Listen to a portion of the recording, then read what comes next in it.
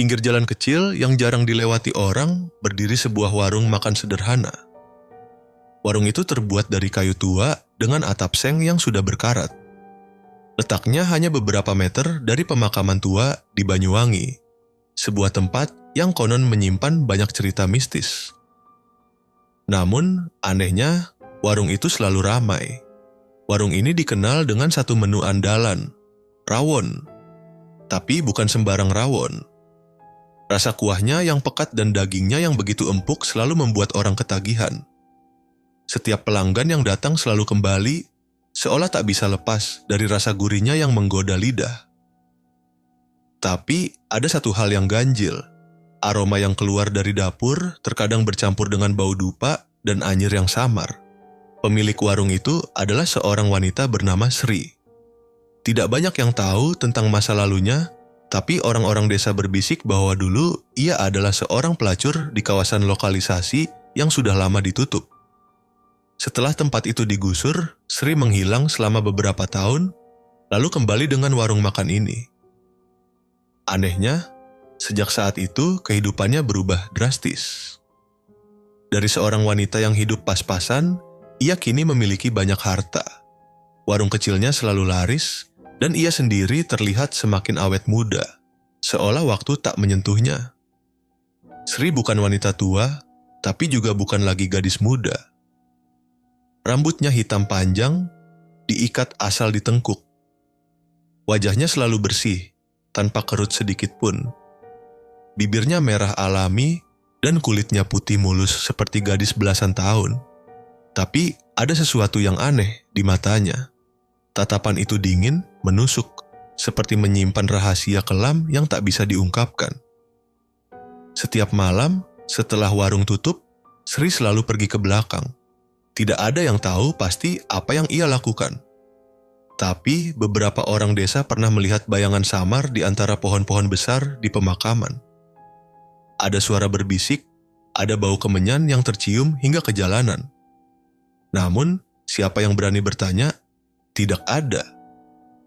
Orang-orang hanya tahu warung itu terus berjaya dan Sri tetap menjadi wanita yang tak tersentuh oleh waktu. Suatu malam, seorang pemuda bernama Rudi datang ke warung itu. Ia seorang pendatang, baru beberapa bulan tinggal di desa. Rudi sering melewati warung Sri dan mendengar cerita tentang rawon legendarisnya. Malam itu, dengan rasa penasaran, ia memutuskan untuk mampir. Ketika masuk, ia disambut oleh senyum Sri yang ramah namun terasa dingin. "Silakan duduk, Mas. Cobain rawon kami. Dijamin ketagihan," kata Sri dengan suara lembut. Rudi menurut. Ia duduk di bangku kayu panjang, memperhatikan sekitar. Warung ini sederhana, tapi ada sesuatu yang membuatnya berbeda. Mungkin cahaya lampu minyak yang redup, atau mungkin bau kemenyan yang samar. Tak lama, mangkuk rawon disajikan di depannya. Kuahnya hitam pekat, berkilauan di bawah cahaya redup. Rudi mencium aroma yang begitu menggoda. Ia mengambil sendok, menyendok kuahnya, lalu menyeruput perlahan. Seketika, matanya membesar. Rasa rawon ini berbeda. Lebih kaya, lebih dalam, lebih menggoda. "Gimana, Mas? Enak kan?" Sri bertanya, masih dengan senyum yang sama. Rudi mengangguk. "Ini rawon terenak yang pernah saya coba. Rahasianya apa, Bu?" Sri tertawa kecil. "Ah, itu rahasia dapur. Yang penting kalau suka, sering-seringlah datang." Rudi mengangguk, tak menyadari bahwa dengan setiap suapan rawon itu, ia semakin terikat pada sesuatu yang tak bisa dijelaskan. Malam itu setelah ia pulang, ia merasa aneh. Badannya panas dingin, kepalanya berdenyut. Dalam tidurnya, ia bermimpi aneh. Ia melihat Sri berdiri di tengah pemakaman, mengenakan kain putih, dengan tangan yang memegang sesuatu yang samar. Di sekelilingnya ada bayangan-bayangan yang bergerak, berbisik, memanggil namanya. Ketika ia terbangun, keringat dingin mengalir di pelipisnya. Ia tak tahu bahwa malam itu adalah awal dari sesuatu yang lebih besar, sesuatu yang tak bisa ia hindari, Sejak malam itu, Rudy merasa ada yang berbeda dengan tubuhnya. Ia sering terbangun di tengah malam dengan jantung berdebar tanpa sebab. Tubuhnya dingin meskipun selimut tebal menutupi. Suhu kamar kosnya terasa lebih lembab, seolah ada sesuatu yang merayap di balik dinding. Saat pagi tiba, rasa lelah justru semakin menjadi. Rudy menatap wajahnya di cermin. Wajah yang ia lihat tampak lebih pucat dari biasanya. Kantung matanya menghitam dan ada rasa lemas yang menjalar di setiap sendi. Ia mengabaikan perasaan itu dan berangkat kerja seperti biasa, mencoba meyakinkan dirinya bahwa ia hanya kurang tidur. Namun, di tempat kerja, kejadian aneh terus berlanjut. Saat ia duduk di meja, tiba-tiba ia merasa seolah ada yang mengawasinya dari sudut ruangan. Setiap kali ia menoleh, tidak ada siapa-siapa. Rekan kerjanya pun menegur. "Ruth, lo kenapa? Dari tadi gue lihat lo kayak orang linglung," tanya Anton, teman sekantornya. Rudy hanya tersenyum kecil. "Gak tahu, Ton. Mungkin gue kecapean. Semalam makan di warung baru deket makam, terus tidur gak nyenyak." Anton mengernyit. "Warung yang mana?" "Warung rawon dekat pemakaman tua itu, lo tahu gak? Katanya enak, gue penasaran jadi nyoba." Anton langsung diam. Wajahnya berubah serius. Ia menatap Rudy tajam, seolah ingin mengatakan sesuatu, tapi ragu. "Lo kenapa?" tanya Rudy. Anton menghela napas, lalu mendekat dan berbisik, "Gue gak tahu lo percaya atau enggak, tapi lo harus hati-hati. Warung itu gak biasa. Banyak yang pernah cerita, orang-orang yang sering makan di sana, lama-lama jadi aneh." "Aneh gimana?" Rudy merasa bulu kuduknya berdiri.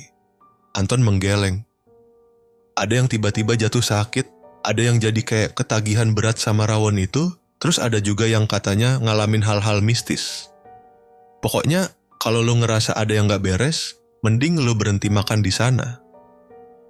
Rudy menelan ludah. Ia ingin menganggap ini hanya takhayul, tapi kejadian semalam membuat pikirannya tak bisa tenang. Namun, di sisi lain, ia masih bisa merasakan kelezatan rawon itu di lidahnya. Ada keinginan aneh untuk kembali ke warung itu. Sore harinya, saat perjalanan pulang, langkahnya terasa berat.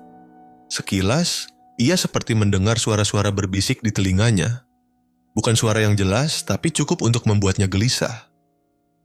Ia mencoba menenangkan diri dan segera menuju kosannya. Namun, ketika melewati gang dekat makam, matanya menangkap sesuatu. Di depan warung Sri ada seorang pria tua yang berdiri mematung. Pakaiannya lusuh, rambutnya berantakan. Matanya kosong, tapi bibirnya bergetar seolah menggumamkan sesuatu. Rudy memperlambat langkahnya. Sekilas, ia melihat Sri berdiri di depan warung, menatap pria tua itu dengan ekspresi datar. Tiba-tiba, pria itu berteriak keras. "Aku tahu apa yang kau lakukan. Aku tahu rahasia warung ini." Sri tetap diam, hanya menatap dengan tatapan kosong. Tak lama, pria tua itu mulai gemetar hebat, lalu tubuhnya ambruk ke tanah. Rudy terpaku di tempat. Hatinya ingin menolong, tapi kakinya tak bisa bergerak. Tak ada orang lain di sekitar, hanya ia dan Sri yang menyaksikan kejadian itu. Perlahan, Sri menoleh ke arahnya. Senyum samar terbentuk di bibir wanita itu, tapi matanya kosong, seperti tak berjiwa. "Mas Rudy, mau mampir makan lagi?" tanyanya dengan nada ramah. Rudy merinding. Tanpa menjawab, ia segera berbalik dan berjalan cepat menuju kosannya. Namun, saat hendak memasuki gang sempit, ia mendengar sesuatu. Suara Sri, meskipun ia sudah jauh dari warung. "Jangan lama-lama, Mas Rudy. Rawonnya masih hangat." Suara itu begitu jelas di telinganya, seakan berbisik tepat di belakangnya. Rudy langsung berlari, tak peduli dengan orang-orang di sekitarnya. Setibanya di kosan, ia menutup pintu rapat-rapat, berusaha menenangkan napasnya. Namun, malam itu, dalam tidurnya, mimpi buruk kembali menghampirinya. Kali ini, ia melihat dirinya duduk di warung Sri, menyantap rawon dengan lahap. Tapi ketika ia menatap ke dalam mangkuknya, daging yang ia makan bukanlah daging sapi. Itu sesuatu yang lain, sesuatu yang masih berdarah. Ia terbangun dengan jeritan tertahan, tubuhnya gemetar hebat. Dalam gelap, ia merasa ada yang berdiri di pojok kamarnya, mengawasinya. Tapi ia tak berani menoleh. Dan saat itu juga ia sadar sesuatu sedang mengincarnya. Sejak malam itu, Rudy tak bisa tenang. Setiap kali ia memejamkan mata, bayangan pria tua yang roboh di depan warung Sri terus menghantui pikirannya. Ia juga tak bisa menghilangkan suara Sri yang terdengar begitu nyata, seolah wanita itu benar-benar berdiri di belakangnya malam itu. Keesokan harinya, di kantor, Anton langsung menyadari perubahan Rudy. "Rud, lu beneran gak kenapa-napa? Muka lu makin pucat," ujar Anton sambil menatap Rudy dengan cemas. Rudy hanya menggeleng. Ia tak ingin membicarakan kejadian aneh itu. Namun, semakin ia berusaha mengabaikan, semakin jelas gangguan itu terasa. Siang itu, saat ia berjalan menuju pantry untuk mengambil kopi, ia kembali merasakan sesuatu. Seolah ada seseorang yang mengikutinya. Langkah kaki, pelan, teratur. Saat ia berhenti, suara itu ikut berhenti. Rudy menoleh, tak ada siapa-siapa. Ia menghela napas panjang, berusaha menenangkan diri.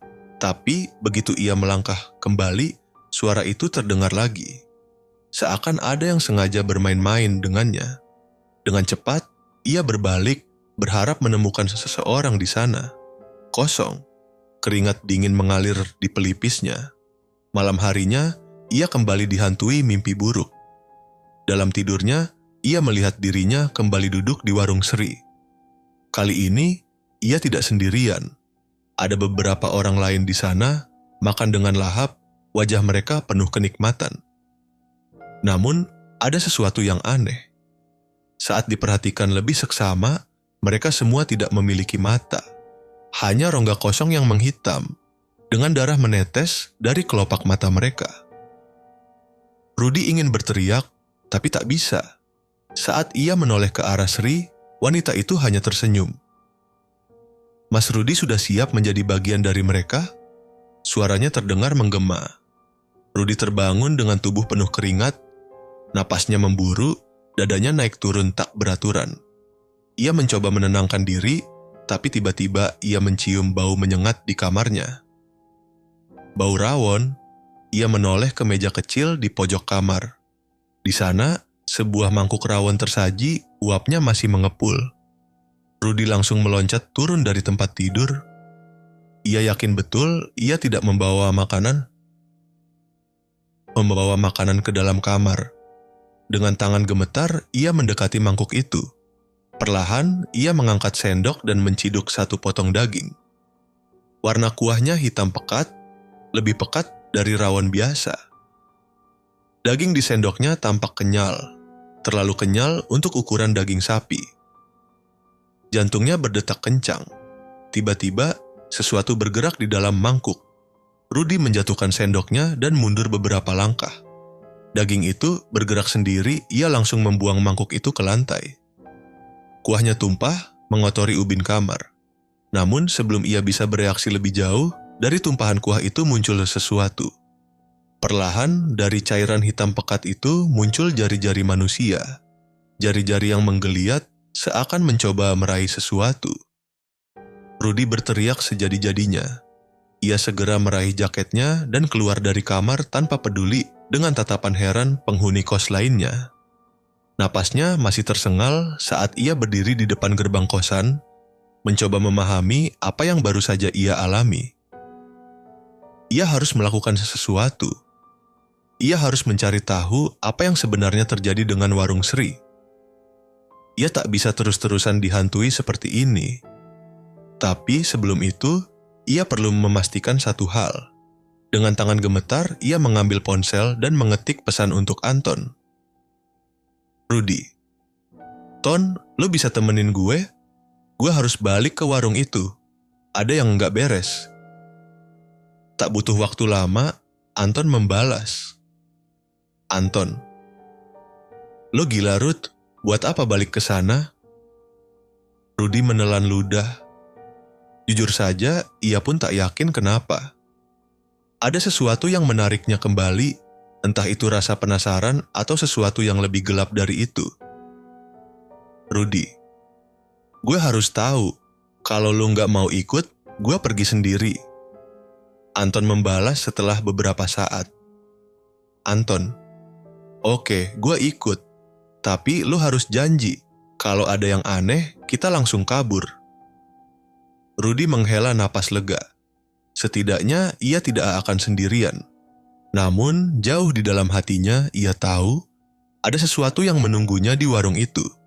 Sesuatu yang mungkin tak akan membiarkan mereka pergi begitu saja. Rudy dan Anton berdiri di depan warung Sri. Warung itu tampak biasa saja, sama seperti malam sebelumnya. Namun, ada sesuatu yang membuat bulu kuduk Rudy meremang. Udara di sekitar warung terasa lebih dingin dari biasanya, meskipun malam itu tak ada angin. Lo yakin mau masuk? Tanya Anton pelan, matanya menatap warung dengan ragu. Rudy mengangguk. Gue harus tahu apa yang sebenarnya terjadi di sini. Dengan langkah hati-hati, mereka memasuki warung. Sri berdiri di balik meja, tersenyum seperti biasa. Namun, senyum itu terasa aneh, terlalu lebar, terlalu dingin. Mas Rudy, Mas Anton, kembali lagi? Mau makan rawon lagi? Tanya Sri dengan nada ramah. Rudy menelan ludah. Iya Bu Sri, tapi sebelum itu, boleh tanya sesuatu? Tanya apa? Rudy ragu sejenak, lalu bertanya, semalam ada orang tua yang jatuh di depan warung ini. Bapak itu baik-baik saja. Kan? Sri tetap tersenyum, tapi matanya tak berkedip. Orang tua? Nggak ada, Mas. Warung ini sepi semalam, nggak ada yang jatuh. Mungkin Mas salah lihat? Rudy langsung merasakan hawa dingin menjalar di punggungnya. Ia yakin dengan apa yang ia lihat semalam. Anton menatapnya dengan wajah cemas, seolah menyuruhnya berhenti bertanya. Tapi, Rudy tak bisa diam. Tapi, saya lihat sendiri, Bu. Bahkan saya dengar suaranya jatuh. Ujar Rudy, suaranya sedikit bergetar. Sri masih tersenyum, tapi kini matanya tampak lebih dalam, seperti lubang tanpa dasar. Kalau Mas Rudy nggak percaya, silakan lihat sendiri keluar. Siapa tahu ada jejaknya. Rudy dan Anton saling pandang. Dengan ragu, mereka melangkah keluar. Rudy menyalakan senter ponselnya dan mengarahkannya ke tanah di depan warung. Kosong. Tak ada bekas darah, tak ada jejak jatuhnya seseorang. Seakan kejadian semalam tak pernah ada. Gue nggak suka ini, Ruth. Kita cabut aja, bisik Anton. Tiba-tiba, suara sendok dan mangkuk beradu dari dalam warung. Keduanya langsung menoleh. Sri masih berdiri di balik meja, tapi kini di depan mereka sudah tersaji 2 mangkuk rawon yang mengepul panas. Makan dulu, Mas. Rawon spesial buat tamu spesial, kata Sri dengan suara yang terasa lebih berat dari sebelumnya. Anton menelan ludah. Gue nggak lapar, Ruth. Ayo pergi. Namun, Rudy tak bisa mengabaikan aroma rawon itu. Ada sesuatu yang memanggilnya. Seakan tubuhnya bergerak sendiri, ia duduk dan mengambil sendok. Ruth, jangan dimakan, seru Anton, mencoba menahan tangan Rudy, tapi terlambat. Rudy sudah memasukkan 1 sendok kuah ke mulutnya. Rasanya nikmat, tapi di saat yang sama, perutnya langsung terasa mual. Ia menelan dengan susah payah, lalu menatap Sri yang masih tersenyum. Tiba-tiba, penglihatannya berubah. Ia melihat Anton dengan mata terbelalak, mulutnya bergerak tanpa suara. Warung di sekelilingnya tampak bergoyang, dan dalam sekejap, ia tidak lagi berada di warung Sri. Ia ada di suatu tempat gelap.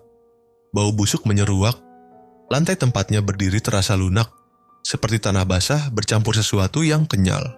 Saat ia menunduk, jantungnya serasa berhenti berdetak. Tanah di bawahnya bukan tanah biasa, itu kuburan.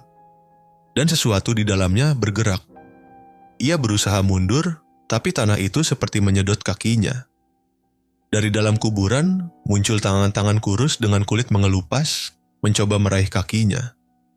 Wajah-wajah penuh luka mulai bermunculan, mata mereka kosong, tapi mulut mereka bergerak. Rawonnya enak kan? Suara Sri menggema di kepalanya. Rudy berteriak. Seketika ia kembali ke warung, tersengal dan berkeringat dingin. Anton menatapnya dengan panik, memegang pundaknya.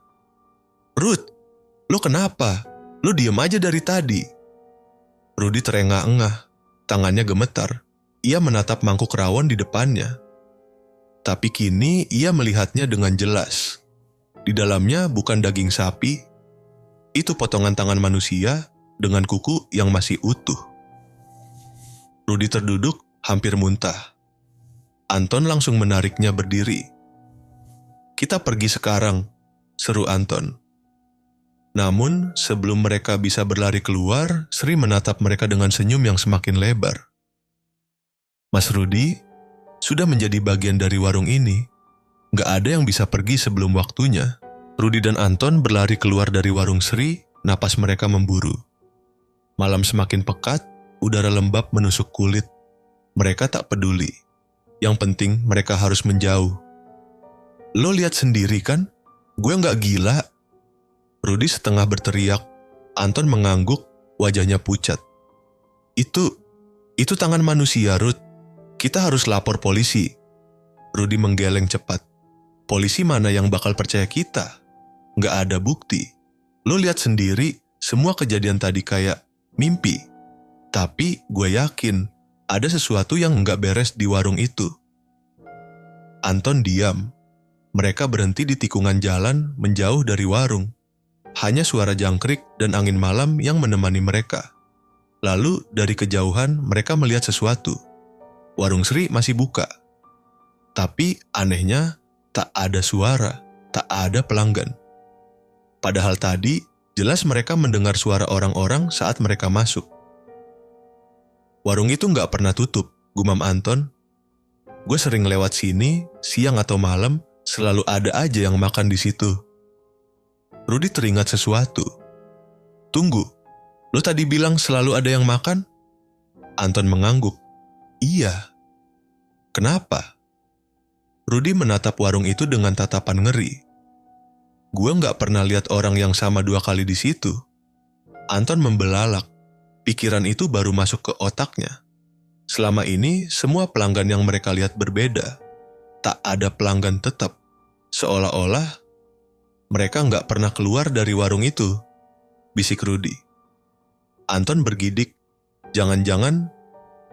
Sebelum Anton menyelesaikan kalimatnya, seorang lelaki tua muncul dari gang kecil di sebelah warung. Baju lusuhnya berkibar diterpa angin. Wajahnya cekung, matanya dalam. "Kalian lihat sesuatu yang gak seharusnya kalian lihat," kata lelaki tua itu dengan suara serak. Rudy dan Anton mundur selangkah. "Bapak siapa?" tanya Rudy. "Bukan siapa-siapa, tapi aku tahu tentang warung itu." Lelaki tua itu menatap mereka tajam. "Kalau kalian masih mau hidup, jangan pernah balik ke sana lagi." Anton menelan ludah. Bu Sri itu siapa sebenarnya? Lelaki itu diam sesaat, lalu berbisik. Dulu dia bukan siapa-siapa, seorang wanita yang hidup di jalanan, jual diri buat bertahan hidup. Sampai suatu hari, dia menghilang, dan ketika kembali, dia punya warung itu. Rudy mendengar sesuatu dalam cerita itu yang membuat tengkuknya meremang.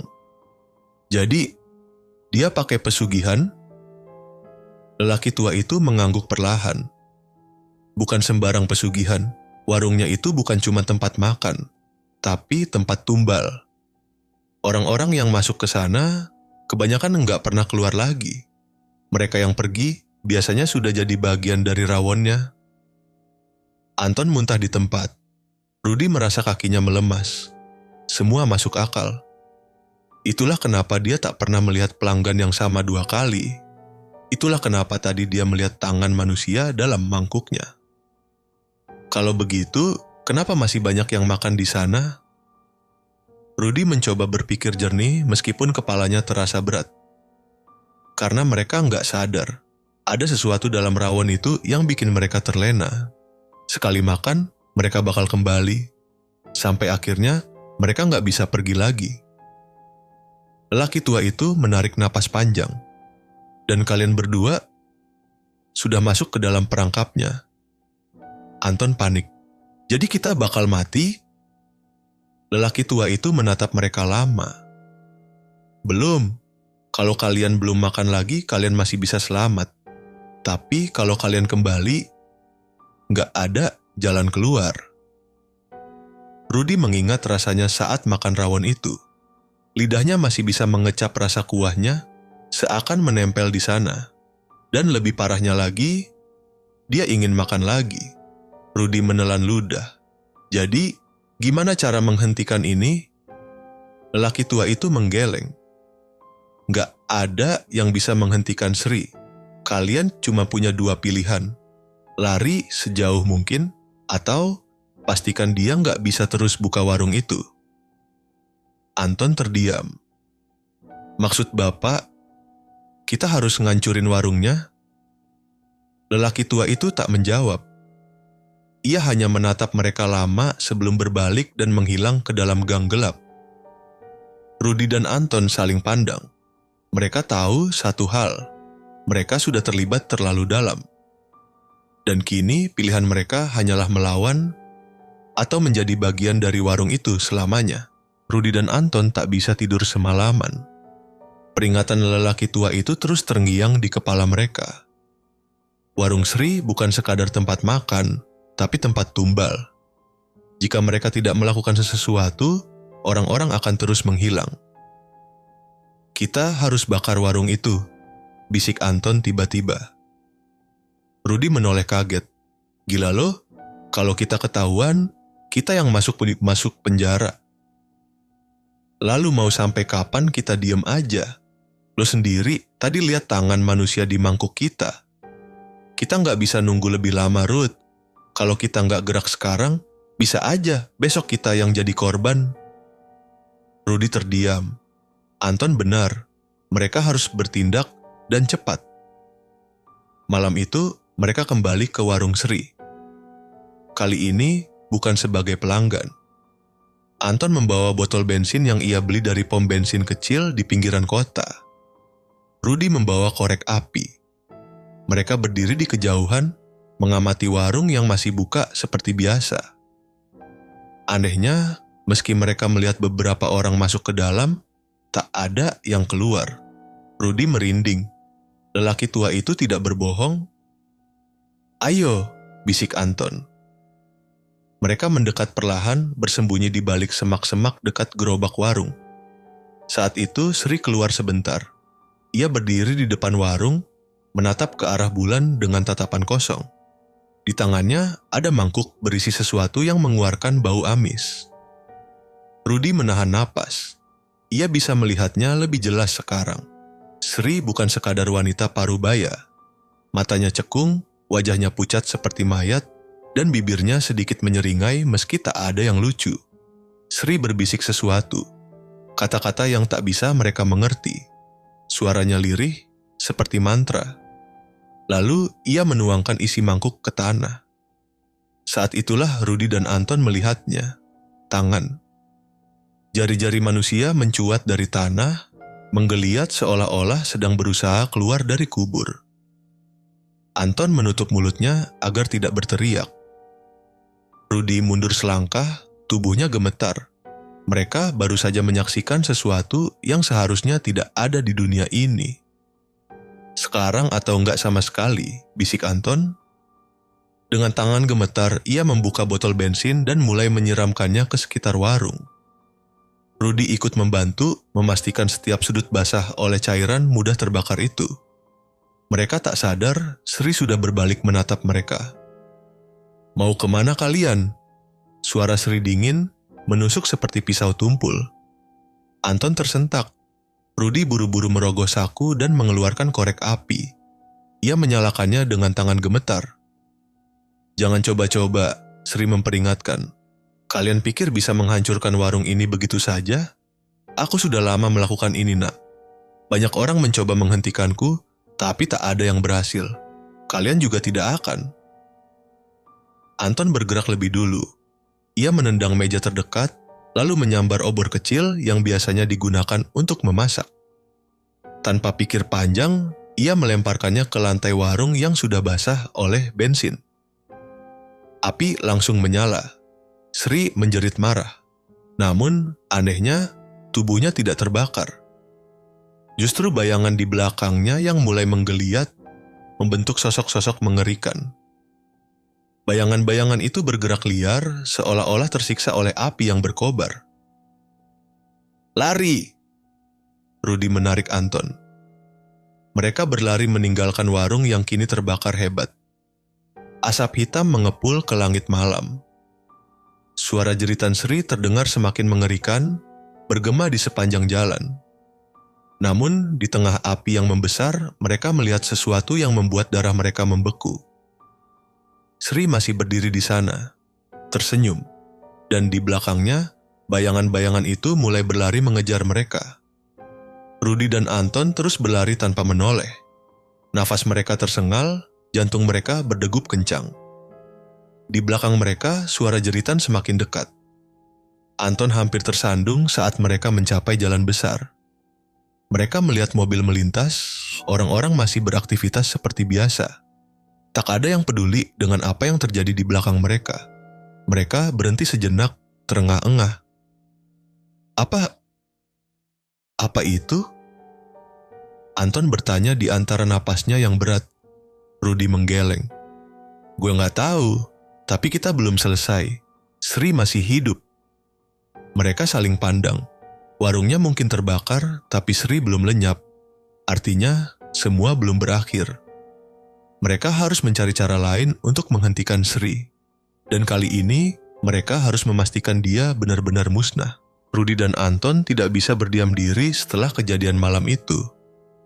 Mereka pikir api sudah cukup untuk mengakhiri teror Sri, tapi nyatanya tidak. Wanita itu masih hidup, dan yang lebih mengerikan, sepertinya dia semakin kuat. Malam itu mereka bersembunyi di kamar Anton, menunggu sampai fajar. Namun, sekitar pukul 3 pagi, suara ketukan terdengar di jendela. Tok, tok, tok. Rudi dan Anton membeku. Jendela itu berada di lantai 2. Tidak mungkin ada orang di sana. Tok, tok, tok. "Jangan lihat," bisik Rudi dengan suara gemetar. Anton menelan ludah, tapi rasa ingin tahunya lebih besar. Dengan tangan gemetar, ia mengintip ke balik tirai. Sosok Sri menatap mereka dari luar jendela dengan senyum mengerikan. Mata hitamnya bersinar, dan di belakangnya bayangan-bayangan tak berbentuk bergerak liar, seperti makhluk yang kelaparan. Anton langsung mundur, tubuhnya gemetar hebat. Dia di luar." Suaranya nyaris tak keluar. Rudi meraih pisau dari meja. Tidak ada gunanya, dia tahu, tapi setidaknya ada sesuatu di tangannya. Ketukan itu berhenti. Lalu tiba-tiba, suara tawa pelan memenuhi ruangan. Tawa yang nyaring, bergaung seperti berasal dari banyak mulut sekaligus. Anton memegang kepalanya. "Gue nggak kuat, Ruth. Suara itu ada di kepala gue." Rudi menarik Anton ke pojok ruangan. "Bertahan, Ton. Ini pasti ujian." Lampu tiba-tiba berkedip-kedip. Bayangan hitam menjalar di dinding membentuk sosok-sosok manusia yang merintih. Udara menjadi dingin dan aroma busuk menguar seperti bangkai yang sudah lama membusuk. "Kalian pikir bisa menghancurkanku?" Suara Sri bergema di ruangan, meski tak ada siapapun di sana. Rudi menutup matanya. Dia ingat sesuatu. Lelaki tua itu pernah mengatakan satu hal. Yang Sri lakukan adalah perjanjian. Jika ingin menghancurkannya, cari asal mula perjanjiannya. "Anton, kita harus cari tahu asal-usul dia." Anton masih gemetar, tapi mendengar itu, dia mulai tenang. "Gimana caranya?" "Kita cari orang yang tahu sejarah warung itu. Sri nggak mungkin muncul begitu saja. Ada sesuatu yang membuatnya seperti ini. Anton mengangguk. Tapi kita harus keluar dari sini dulu. Pintu kamar tiba-tiba berderit terbuka. Bayangan Sri muncul di ambang pintu, tersenyum lebar dengan tatapan kosong. Kalian tidak akan pergi kemana-mana. Pintu kamar terbuka lebar dan di sana Sri berdiri. Senyumnya lebar, hampir tidak wajar. Matanya hitam legam, tanpa cahaya kehidupan. Di belakangnya, bayangan-bayangan gelap bergeliat, merayap masuk ke dalam kamar, memenuhi setiap sudut. Rudy menggenggam pisau di tangannya erat-erat, sementara Anton berusaha tetap berdiri meskipun lututnya gemetar. Tidak ada jalan keluar, tidak ada tempat untuk lari. Kalian pikir bisa lari dariku?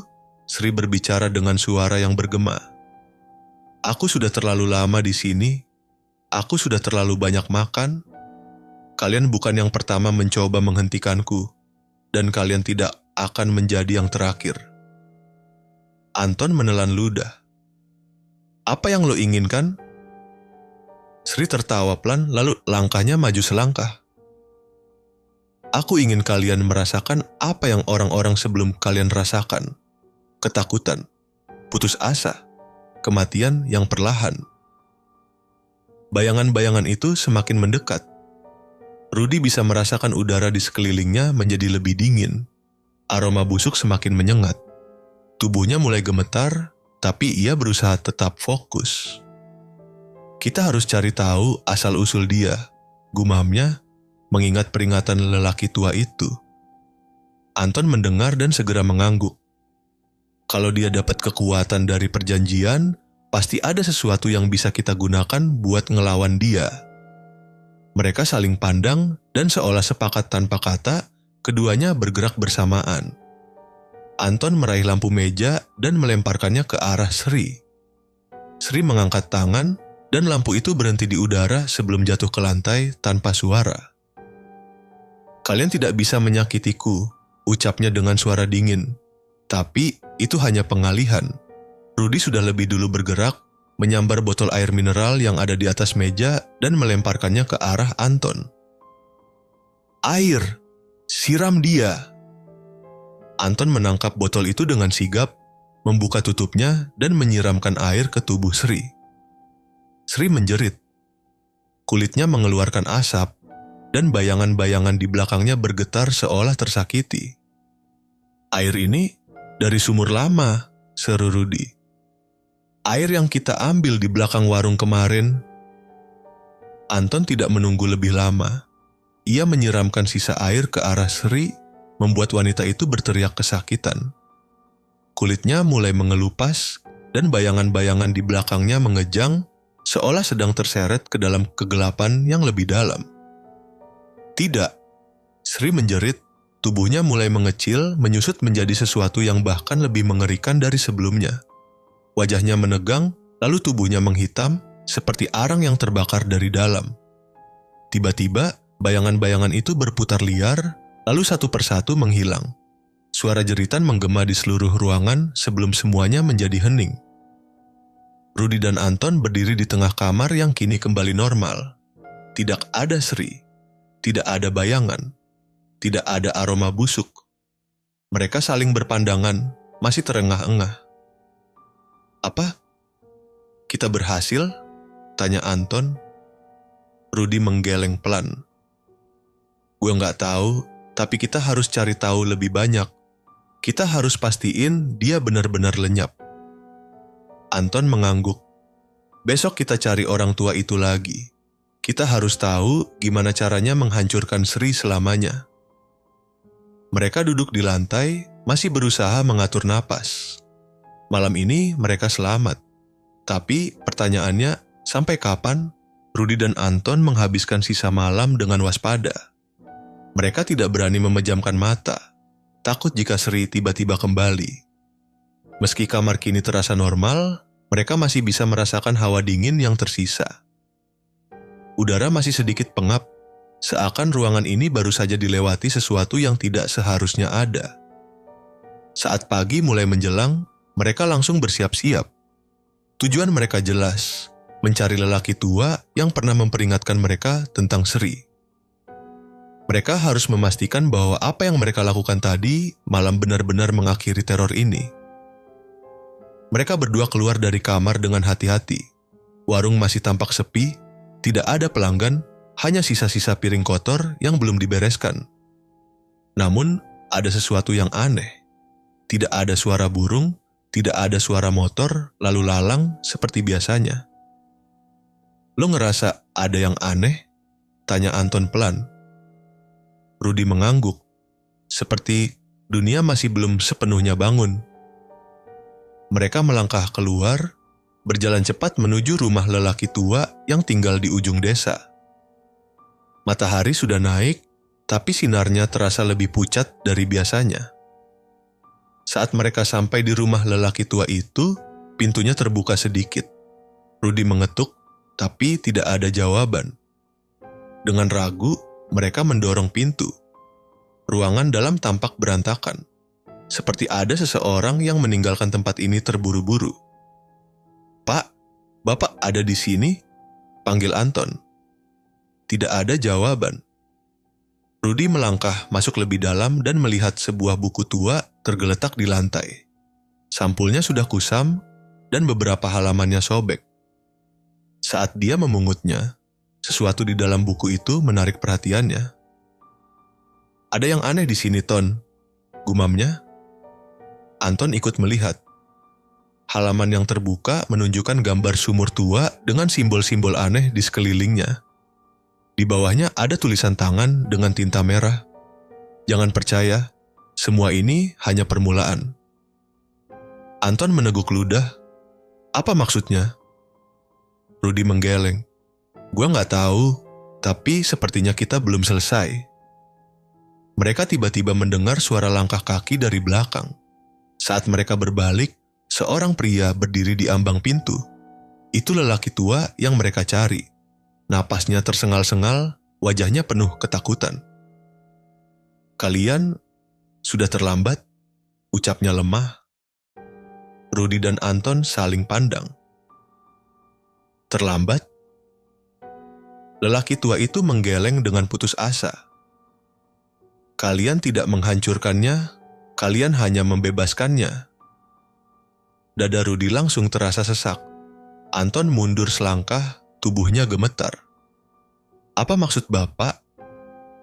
Lelaki tua itu menelan ludah sebelum menjawab. "Sri bukan sekadar arwah penasaran. Dia bagian dari sesuatu yang lebih besar. Kalian pikir air dari sumur itu menghancurkannya?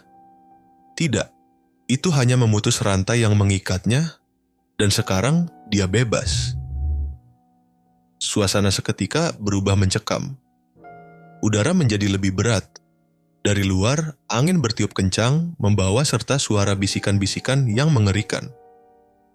Rudy dan Anton merasakan bulu kuduk mereka meremang. Mereka pikir semuanya sudah berakhir, tapi kenyataannya justru lebih buruk dari sebelumnya. "Lalu, apa yang harus kita lakukan?" tanya Rudy, suaranya hampir tak terdengar. Lelaki tua itu menatap mereka dengan mata penuh kepedihan.